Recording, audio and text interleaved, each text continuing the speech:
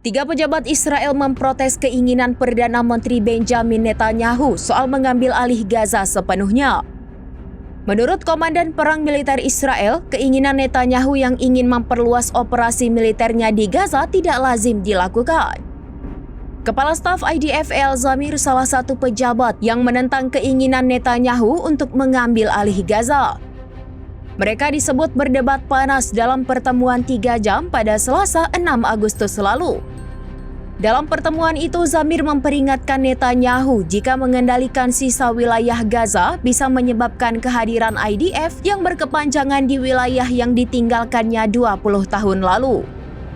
Zamir juga memperingatkan bahwa memperluas operasi di Gaza berpotensi membahayakan para sandera Israel. Netanyahu kemudian mengatakan kepada Zamir bahwa sejauh ini IDF gagal membebaskan sandera dari tangan Hamas.